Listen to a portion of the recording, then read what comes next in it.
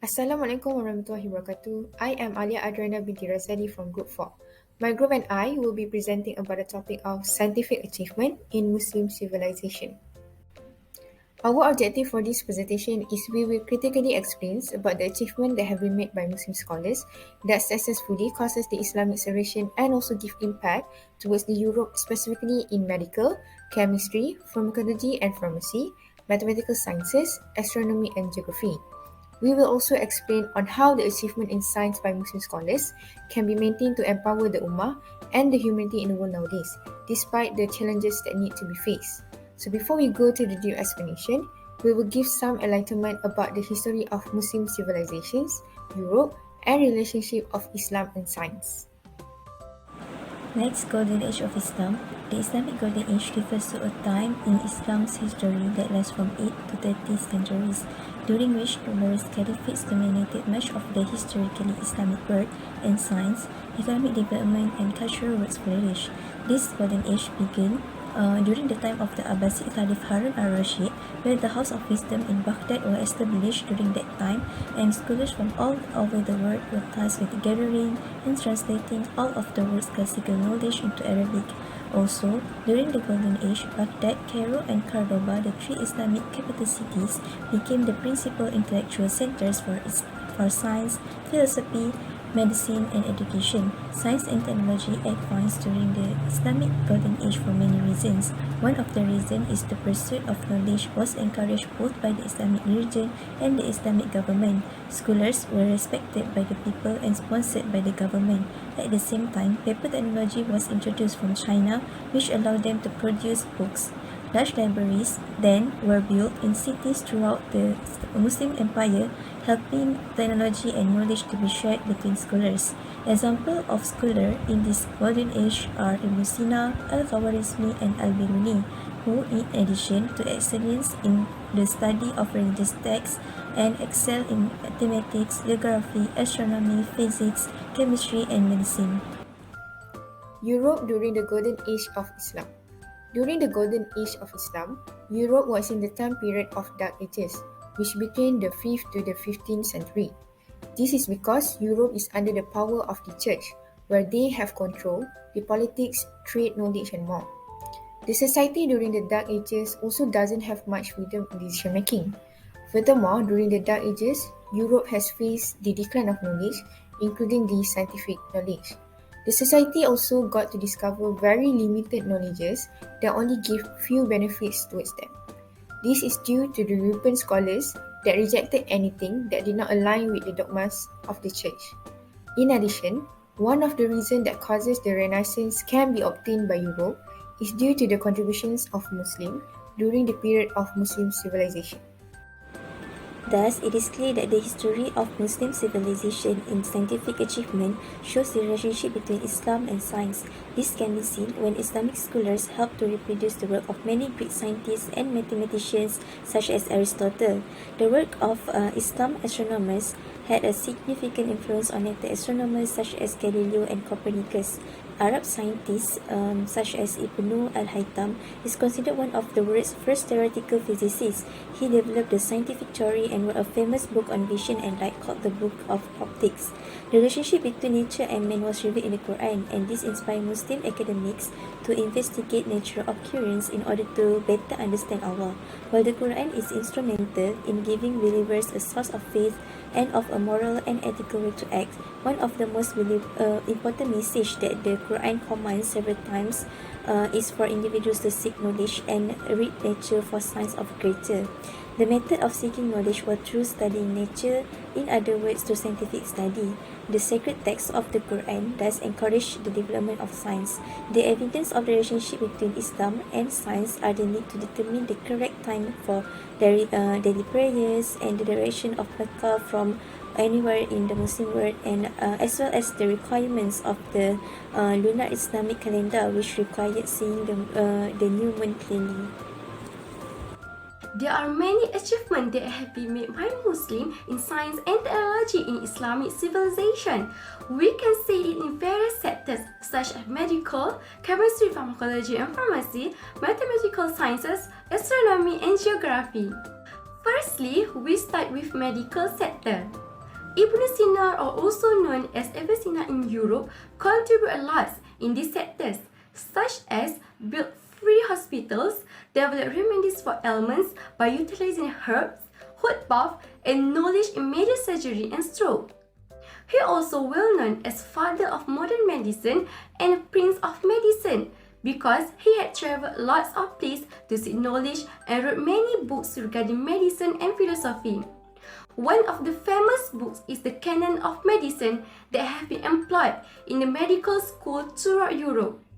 The Canon of Medicine has been divided into 5 books. Next, Al-Razi, or people call him as Arhezes in Latin.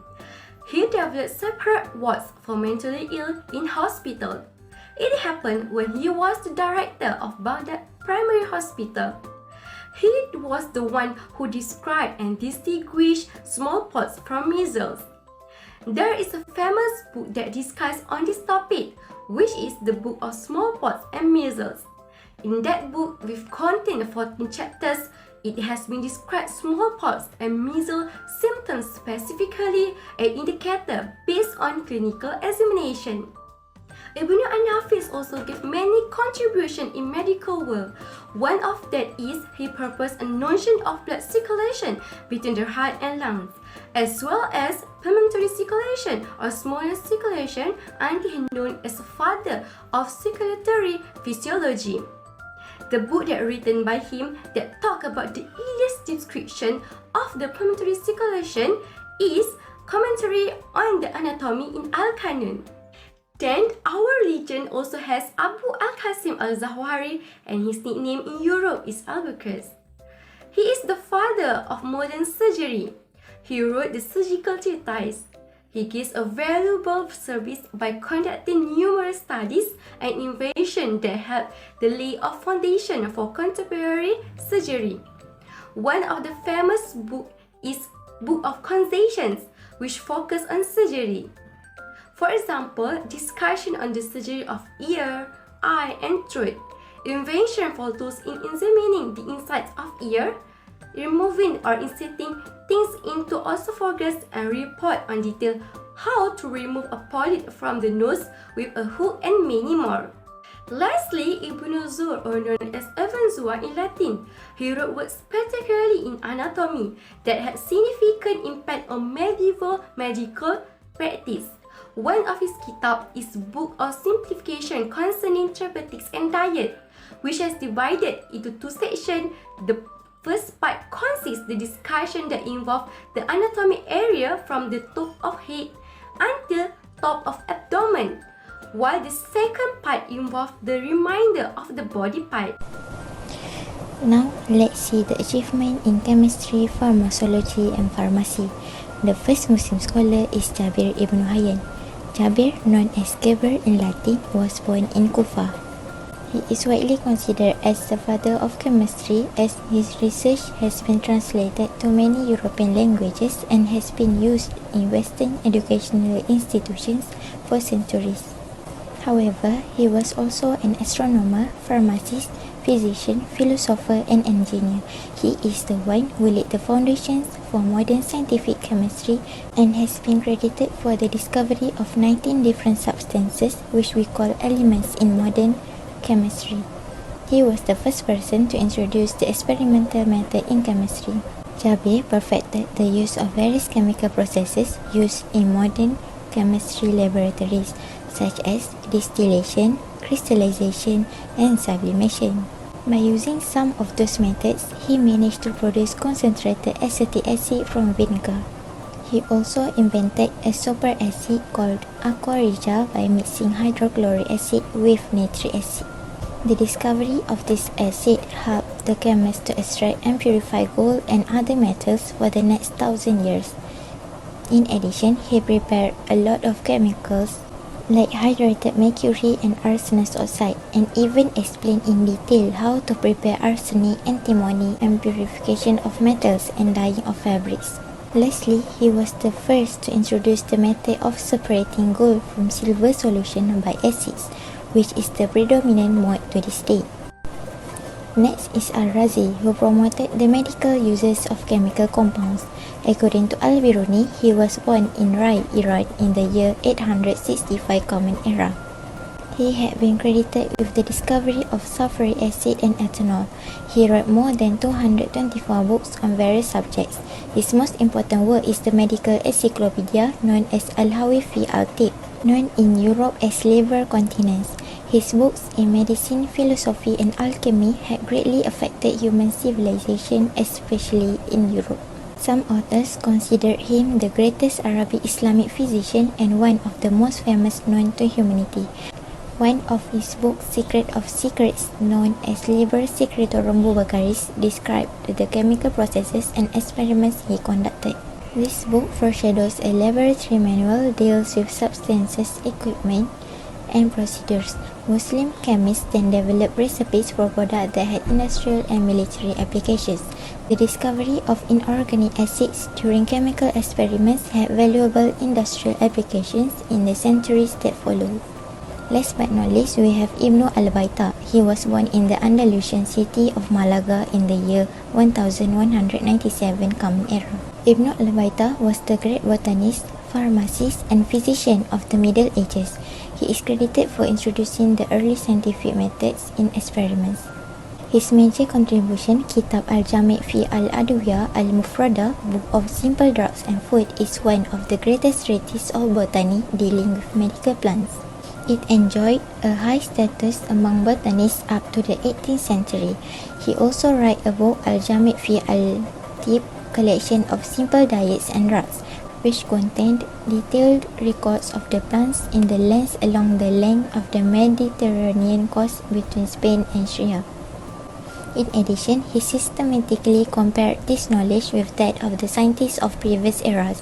His book on botany was used until the Renaissance by Europeans. Okay, next we will further our discussion on the achievements made by Muslims in mathematical sciences. So, among the Islamic scholars that contribute in mathematical science are Al-Khwarizmi, Omar Khayyam, and also Ibn al-Haytham. Firstly, the great mathematician of Islam is Al-Khwarizmi, or in full name is Mohamad ibn Musa al-Khwarizmi, who was born about 780 and died about 850. Then Al-Khwarizmi lived in Baghdad, where he was one of the most famous scholars of Baitul Hikmah, or the House of Wisdom, which is Baghdad's intellectual powerhouse. Al-Khwarizmi is also known as the father of algebra, as he introduced algebra to civilization and wrote the first book of algebra named Al-Kitab al-Muqtasa fi Hisab al-Jarb wa Muqabala, or in English, the compendious book on calculation by completion and balancing. The book was a pioneering piece of work that offered practical answers for land distributions, rules on inheritance, and also distributing salaries. The word algebra stems from the Arabic word al-jarb, and next he also presented the first systematic solution of linear and quadratic equations. Other than that, Al-Khwarizmi is also famous for his mathematical work, which he introduced Hindu-Arabic numeral system, which is the system of numbers that is being used by almost the world today that replaced the Roman numerals. And this system has 10 basic symbols, which they are 0, 1, 2, 3, 4, 5, 6, 7, 8, and 9, and it was much easier to use when performing mathematical operations since it is a base 10 system. And the system is originated in India in the 6th or 7th century and were introduced to Europe through the writings of the mathematicians, especially Al-Khwarizmi. Okay, then we have Omar Khayyam, or in full Umar al-Khayyami, who lived approximately from 1048 to 1131. And Omar Khayyam is most notable for his work on the classification and solution of cubic equations. He also provided geometric solutions by the intersection of conies. Next, Ibnu al-Haytham, or in full Abu Ali al-Hasan Ibnu al-Haytham, who was born about 965 and died about 1040. Ibn al-Haytham contributed to geometry and number theory, which in geometry, he developed analytical geometry by establishing the linkage between algebra and geometry. Meanwhile, his contributions to number theory include his work on perfect numbers. Next, for astronomy, Muslims discovered and translate ancient astronomical writings into Arabic. They then carry out observations to confirm the calculations in the scientific works. One of the earliest scholars to develop a detailed astronomical table was Al-Khwarizmi. The positions of the stars and planets could be calculated using this astronomical table. Then, in the 9th century, Al-Farawani created a true account of Ptolemy Almagest, which was utilized for the next 700 years throughout the Europe and Central Asia. This study marked the beginning of scientific ideas and correlations being empirically verified. In the 13th century, Al-Tusi, a Persian astronomer, proposed a concept known as Tusi couple, a hypothetical model of epicyclic motion with a mixture of motions, each of which was uniform with respect to one center. Another innovation credited to Al-Tusi was his treatment of trigonometry, a separate science from spherical astronomy. Using this new collection of mathematical ideas and relationships, astronomers could more efficiently determine distance and orientations of points on the celestial sphere. In the 14th century, Ibn Ashatir applied the Tusi couple model to the motions of the heavenly bodies. The formulations of Ibn Ashatir were the first steps toward confirming theoretical astronomy by systematic observations. I will share about the Muslim scholars who successfully made an achievement in geography during the Muslim civilizations. Firstly is Al-Idrisi. Al-Idrisi have wrote the Tabula Rogeriana, which is a book of Rogers that studies people, climates, resources, and industry of the whole world during that time. In the Tabula Rogeriana, he studied, described, and drew the world map of the Mediterranean Sea, Northern Africa, Europe, and parts of Asia. He has been instructed by King Roger II of Sicily as he wants to know the information about the world. Al-Idrisi drew the map upon his extensive travel around the world, interviews with explorers, and he also paid draftmen to travel to few places to be the eyes of him. The map is very detailed and rich with information that covers natural features, ethnic and cultural groups, socioeconomics, and characteristics of every part of the world. In addition, Al-Idrisi also presented the world as a sphere with a circumference of 22,900 miles. He also has stated some explanations about gravity concept in the book. Tabula Rogeriana has become one of the most detailed geographical works written during the 12th century. Secondly is Al-Biruni. He is a creative person with a brilliant scientific thought that still amazes until the modern era. Al-Biruni is known as the father of geodesy, as he is an expert in mathematics about the shape and size of the earth. He has wrote 27 books of geodesy, cartography, climatology, and many more. Asra al-Baqiyah is one of his brilliant works where the book explains about the chronology of Asian nations containing the accurate details of geographical and historical information.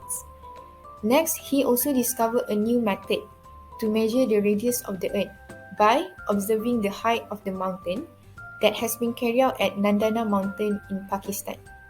In addition, he discovered that light travels faster than sound. Thirdly is Al-Masudi.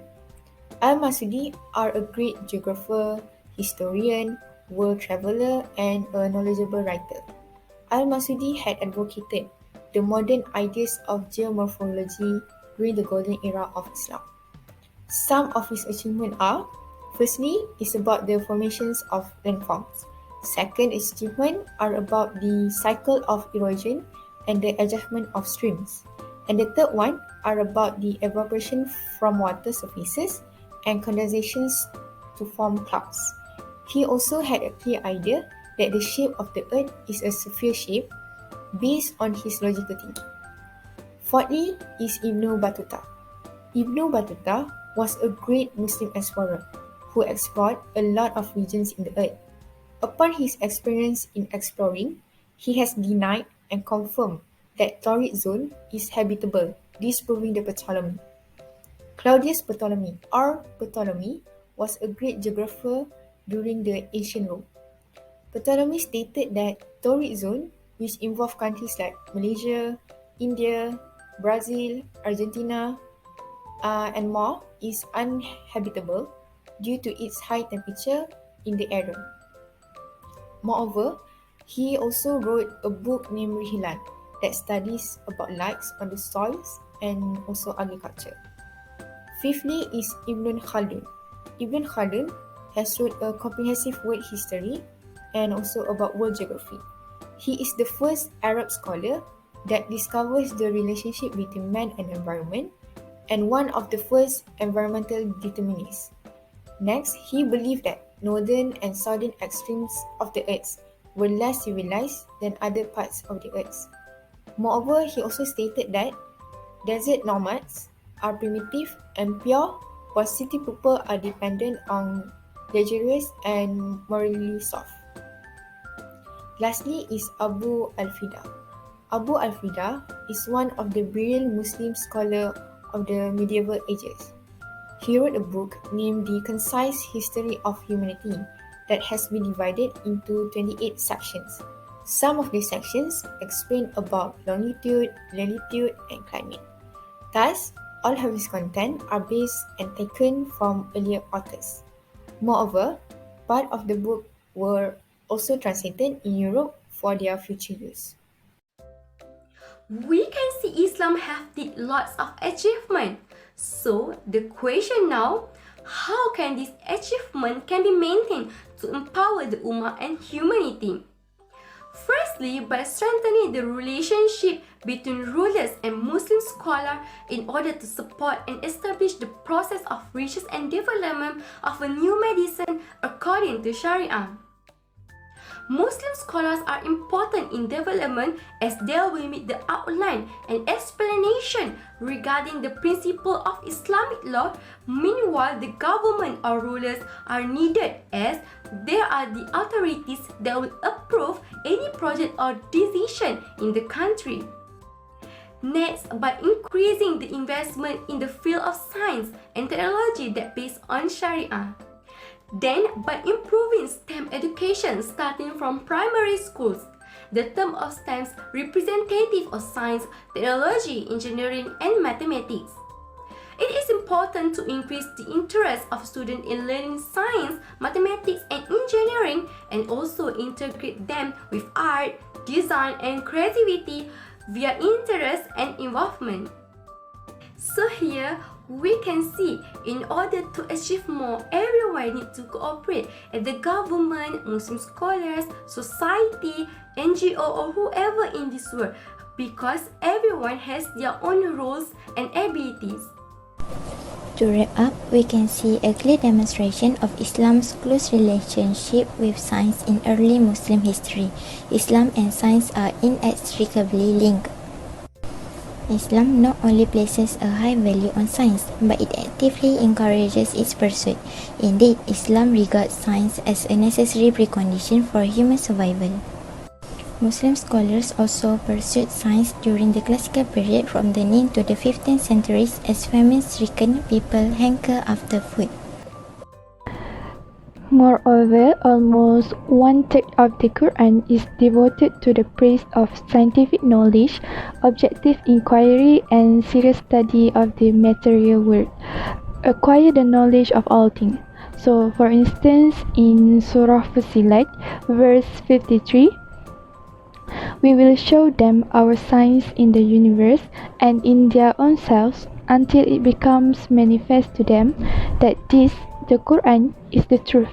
So on this Quranic verse, Allah subhanahu wa ta'ala exhorts Muslims to observe and study the universe in order to find some of his signs. For that reason, many verses of the Noble Quran invite Muslims to study nature and seek knowledge, and this has been interpreted to mean encouragement for scientific inquiry. So that's all from us. Thank you.